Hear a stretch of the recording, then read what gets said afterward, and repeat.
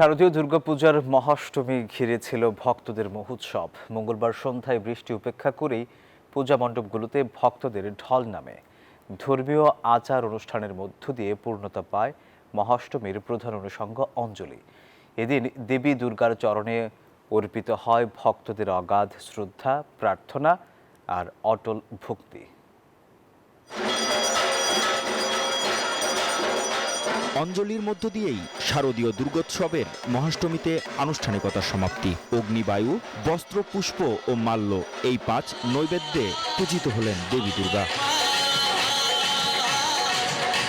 বৃষ্টি উপেক্ষা করেই অঞ্জলিতে নারী, প্রবীণ, শিশুদের উপস্থিতি ছিল চোখে পড়ার মতো।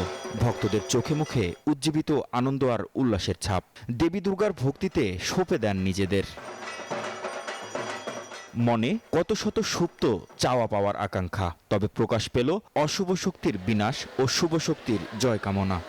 দেশের অবস্থা ভালো হোক, আরো সবকিছু সুস্থভাবে যাক, এটাই। মূর্তি ভাঙা টাঙা নিয়ে কিছু অরাজকতা থাকে, এটার জন্য প্রশাসন থেকে অনেক সিকিউরিটি আমরা এবার দেখতে পাচ্ছি।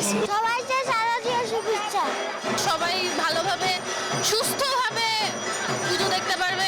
মা আমাদের সকলকে ভালো রাখুক, মা সকলের সুস্থতা প্রদান করুক। ধর্মপ্রাণ হিন্দু সম্প্রদায়ের বিশ্বাস, শান্তি, সমৃদ্ধি আর অসাম্প্রদায়িক চেতনার জয় হবে।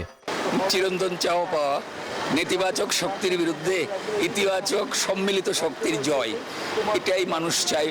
শান্তি চায়, উন্নয়ন চায়, সমৃদ্ধি চায়। এটা সার্বক্ষণিক চাওয়া, সবসময়ের চাওয়া, এবারের চাওয়াও তাই। বুধবার সকালে দেবীর কল্পারম্ভের মধ্য দিয়ে মণ্ডপগুলোতে শুরু হবে নবমীর আনুষ্ঠানিকতা।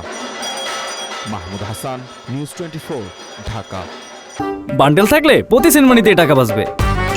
বিকাশ সেনমানি বান্ডেল কিনে জিতুন প্রতি লেনদেনে।